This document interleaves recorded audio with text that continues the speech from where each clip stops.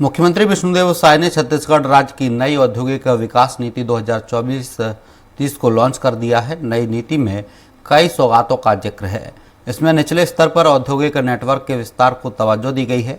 यह भी तय किया गया है कि जिन क्षेत्रों में अधिक संभावना होगी वहां औद्योगिक क्षेत्र या औद्योगिक पार्क की स्थापना पहले कराई जाएगी।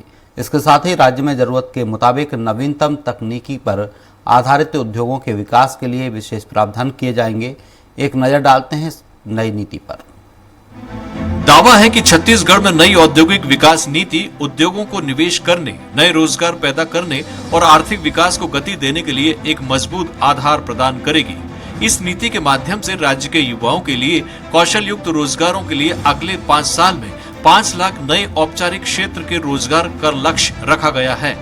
मुख्यमंत्री साय का मानना है कि नई नीति को रोजगार परख और विजन 2047 के विकसित भारत के निर्माण की परिकल्पना को ध्यान में रखते हुए तय किया गया है। छत्तीसगढ़ की औद्योगिक विकास नीति 2024 से 30 को छत्तीसगढ़ में 1 नवंबर 2024 से लागू किया गया है।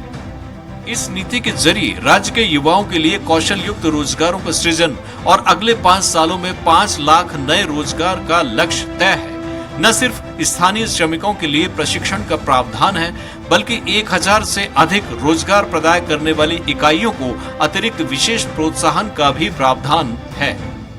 औद्योगिक विकास नीति 2024 से 30 में सूक्ष्म, लघु और मध्यम उद्यमों की परिभाषा को MMME के अनुरूप डिजाइन किया गया है।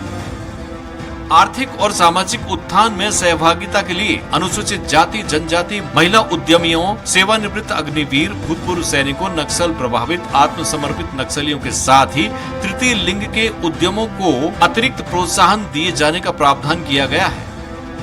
इस नीति में पहली बार ये तय किया गया है कि उद्योगों में नियोजित राज्य के निवासी के प्रशिक्षण पर प्रति व्यक्ति 15,000 रुपए के साथ ही कर्मचारियों पर होने वाले EPF व्यय को भी सरकार वहन करेगी।